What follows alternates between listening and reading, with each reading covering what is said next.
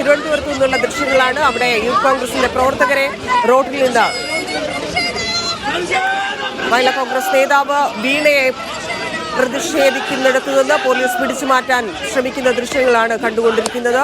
തിരുവനന്തപുരത്തെ പ്രതിഷേധം, പാലക്കാട്ടും പ്രതിഷേധം നടക്കുന്നു. കണ്ണൂരിലും നേരത്തെ വലിയ പ്രതിഷേധം നടന്നിരുന്നു. അവിടെ ജലപീരങ്കി പലതവണ പോലീസ് പ്രയോഗിച്ചെങ്കിലും പ്രവർത്തകർ തിരിഞ്ഞു പോകാൻ തയ്യാറായില്ല.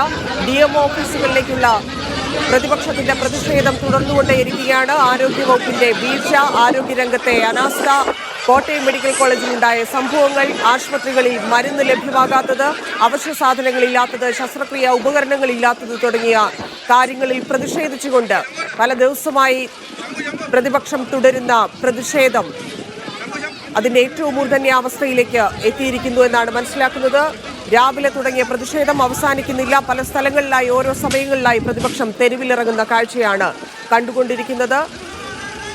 ആരോഗ്യമന്ത്രിയുടെ വസതിയിലേക്ക് മാർച്ച് നടത്തുന്നു. തിരുവനന്തപുരത്തെ ഔദ്യോഗിക വസതിയിലേക്കും പത്തനംതിട്ടയിലെ വീട്ടിലേക്കും മാർച്ച് നടത്തുന്ന കാഴ്ച കണ്ടു. പ്രതിപക്ഷ രാഷ്ട്രീയ സംഘടനകൾ, യുവജന സംഘടനകൾ എല്ലാവരും പ്രതിഷേധത്തിന്റെ ഭാഗമാകുന്നു. സംസ്ഥാനത്ത് പലയിടങ്ങളിലായി പ്രതിഷേധം നടന്നുകൊണ്ടേയിരിക്കുന്നു.